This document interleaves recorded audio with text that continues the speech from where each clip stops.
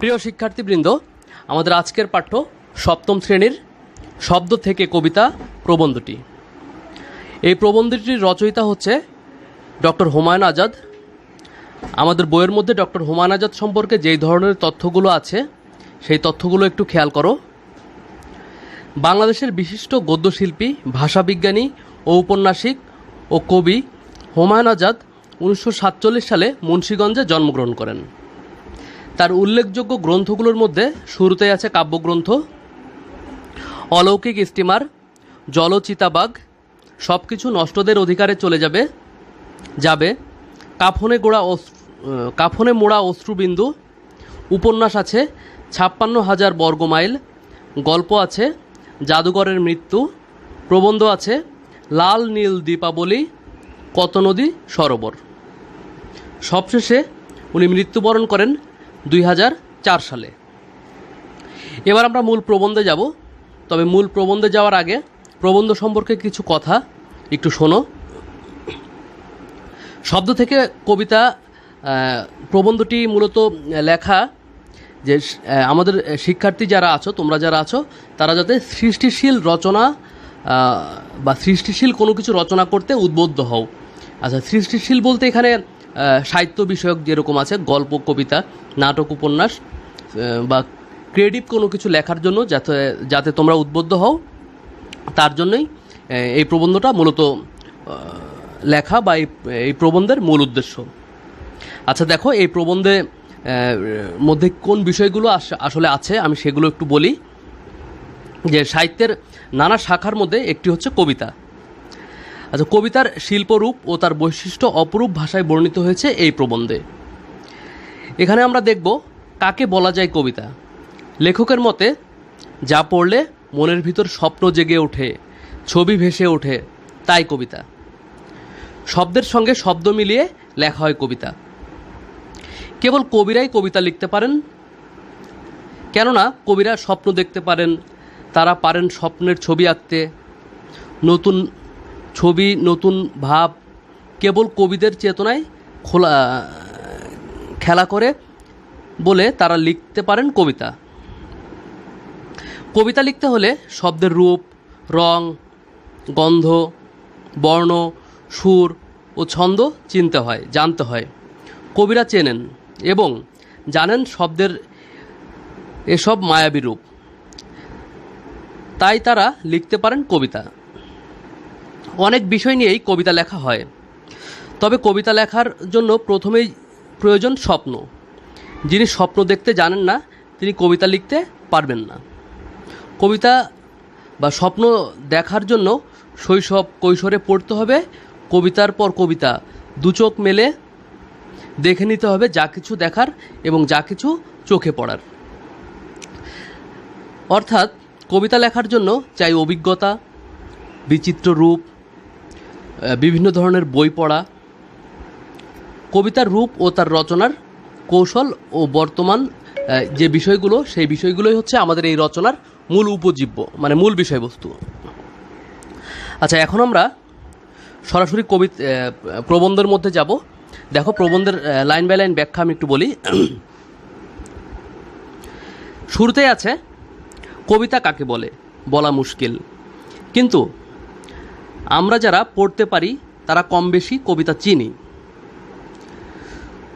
কবিতারও চেহারা আছে।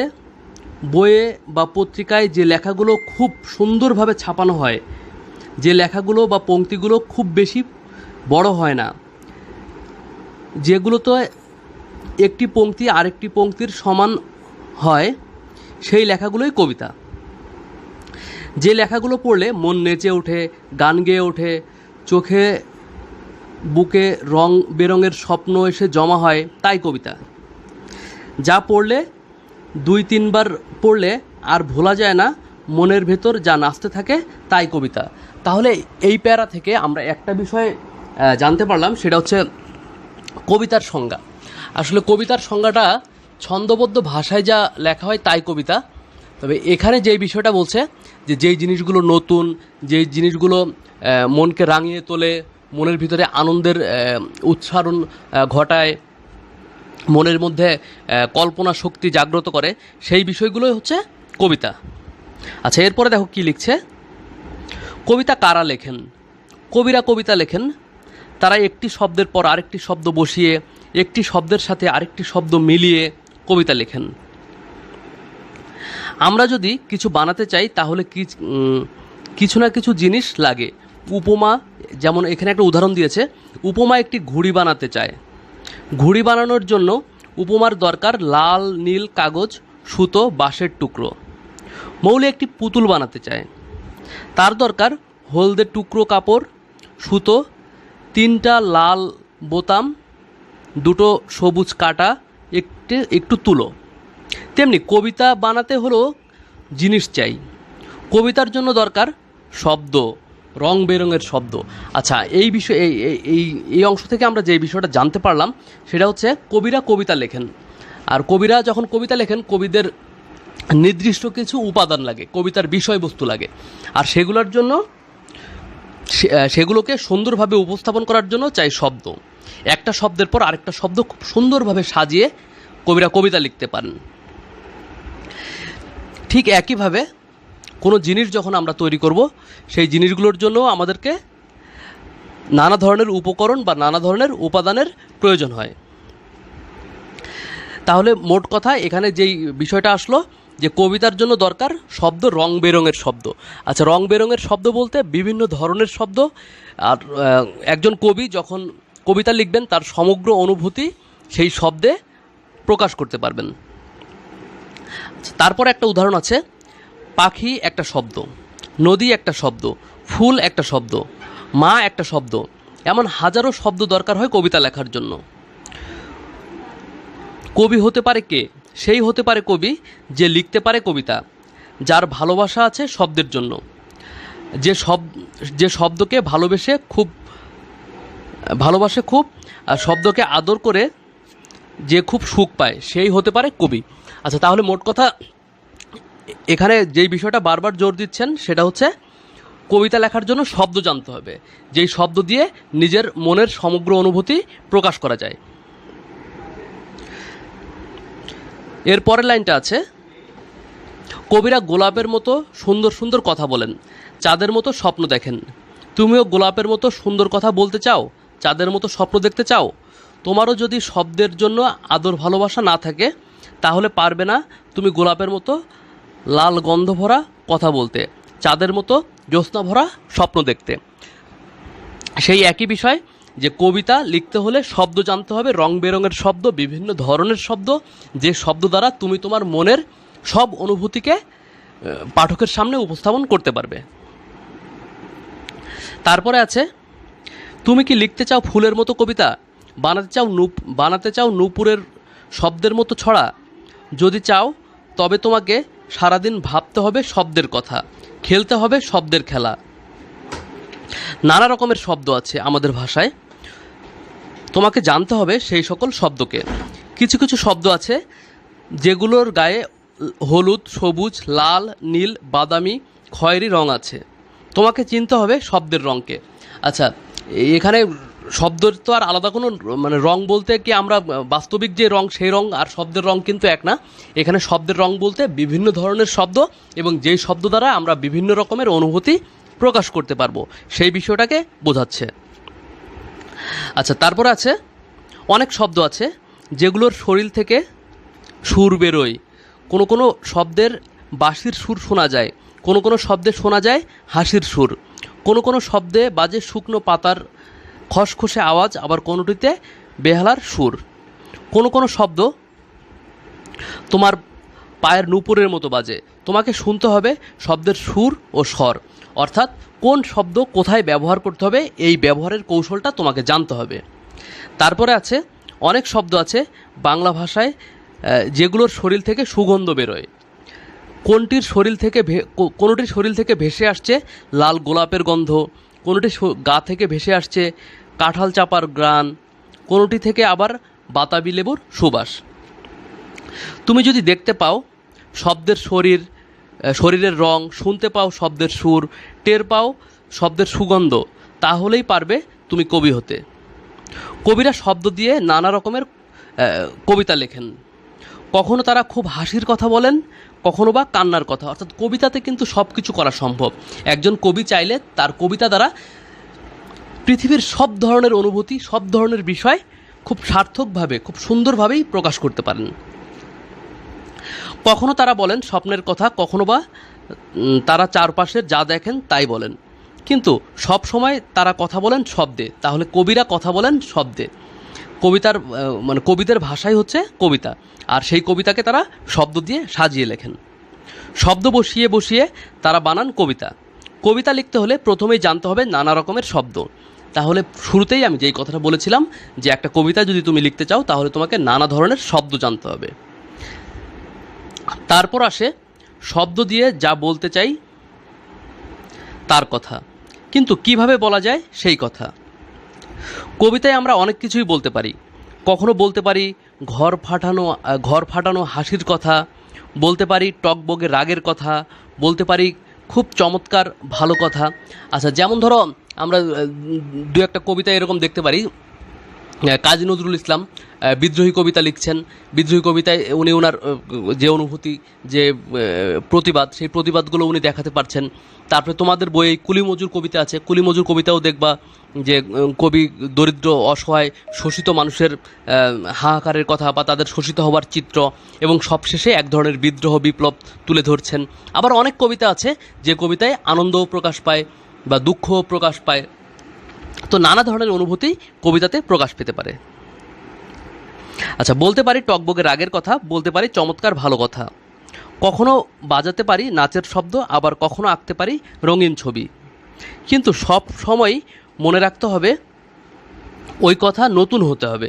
অর্থাৎ যেটাই বলবো আমরা কবিতা লিখবো, সেই কবিতার বিষয়বস্তু, কবিতার শব্দচয়ন সব কিছুই যাতে আমার নিজস্ব ঢঙে হয়, বা আমার ভিতরে যে ক্রিয়েটিভ শক্তি বা সৃজনশীল শক্তি আছে সেটার সার্থক প্রকাশ যেন আমি কবিতার মাধ্যমে করতে পারি, সেই বিষয়টা অনুসরণ করতে হবে। কোনো ধরনের কপি করা, পেস্ট করা এই বিষয়গুলো কবিতার ক্ষেত্রে মোটেও প্রযোজ্য নয়। কবিতা নয়, সাহিত্যের কোনো অংশই এই অন্য জায়গা থেকে এনে কপি পেস্ট করে বসিয়ে দেওয়ার বিষয়গুলোকে সমর্থন করে না। আচ্ছা, এরপরে দেখো, কিন্তু সব সময় মনে রাখতে হবে সেটা নতুন কথা হতে হবে।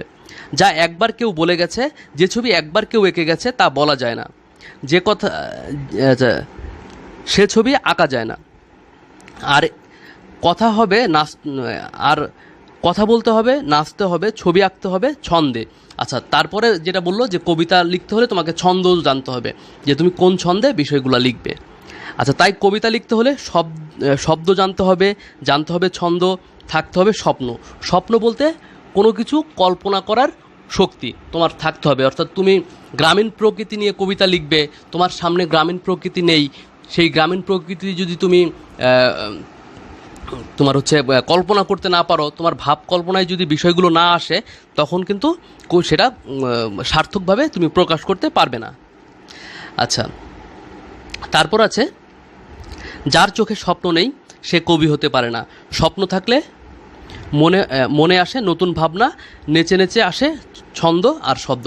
যার মধ্যে স্বপ্ন আছে, যার কল্পনা শক্তি আছে, সে অবশ্যই সুন্দর সুন্দর ভাষায় এবং সুন্দর সুন্দর করে কবিতা লিখতে পারবেন।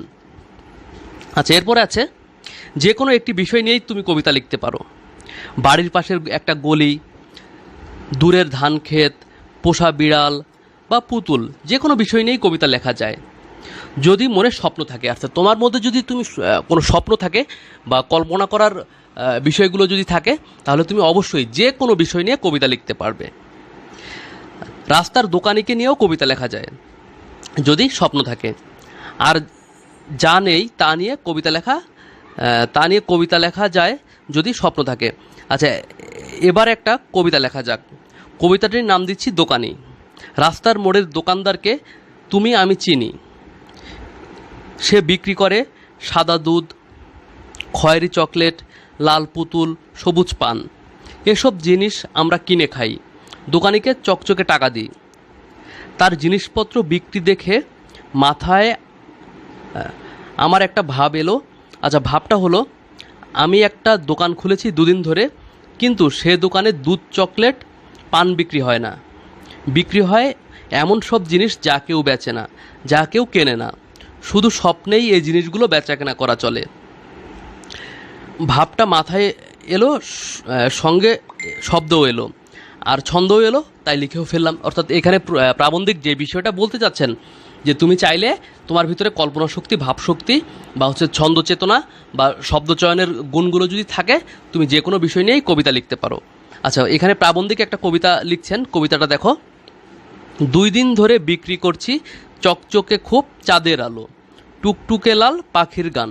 আচ্ছা, এগুলা কিন্তু বাস্তবিক নাই, কিন্তু এখানে প্রাবন্ধিক তার কাল্পনিক শক্তি দ্বারা আমাদের সামনে উপস্থাপন করছেন।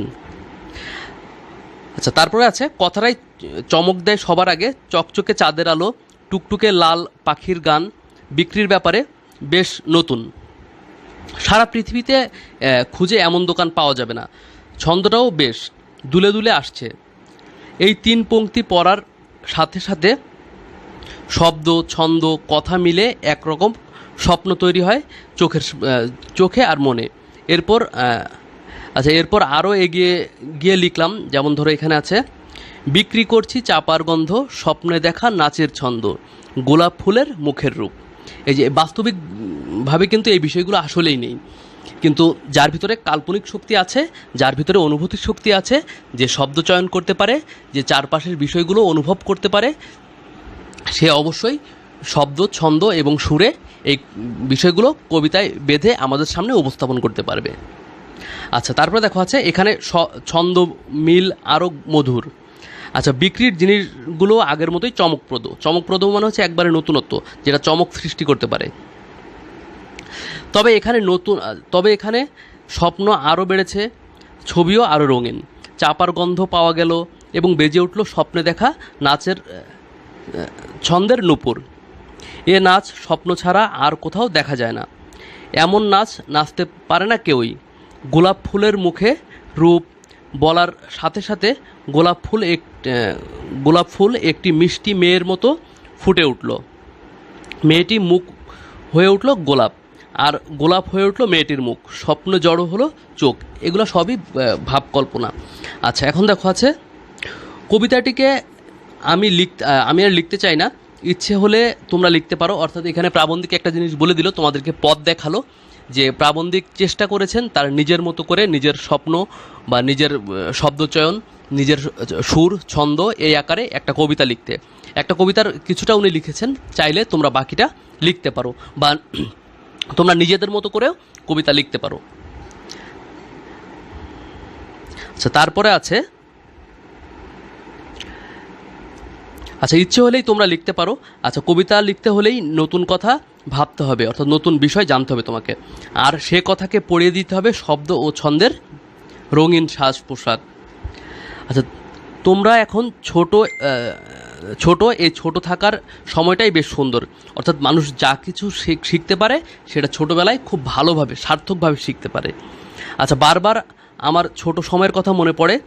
আমি দেখতে পাই আমি দাঁড়িয়ে পুকুরের পাড়ে, একটা সাদা মাছ লাফিয়ে আবার ঢুকে গেল পানিতে। দেখতে পাই শাপলা ফুটছে, পানি লাল হয়ে গেছে, একটা চড়ুই উড়ে গেল, আর ঠোঁটে চিকন একটা কুটো। এইসব আমাকে কবিতা লিখতে বলে। অর্থাৎ তোমাকে চারপাশের প্রকৃতি দেখতে হবে, চারপাশের প্রকৃতি সম্পর্কে, বিষয় সম্পর্কে জানতে হবে। এই বিষয়গুলো যদি তুমি জানতে পারো, বুঝতে পারো, তাহলে তুমি অবশ্যই সুন্দর এবং সার্থকভাবে সেটা কবিতায় লিখতে পারবে। আচ্ছা, এখন দেখো, তোমরা এখন ছোট, এই বয়সে তোমরা খুব বেশি করে দেখে নেবে। অর্থাৎ চারপাশের প্রকৃতি, চারপাশের পরিবেশ তোমাকে দেখতে হবে। যত পারো দেখো এবং দেখো। বুকের মধ্যে, মনের মধ্যে ছবি জমাও, রং জমাও, সুর জমাও। বড় হলে এ ছবি, সুর, রং তোমাদের খুব উপকার করবে। আচ্ছা, খুব ছোট বয়সেই কি কবিতা লেখা উচিত? হ্যাঁ, ছোট বয়সে উচিত কবিতা পড়া।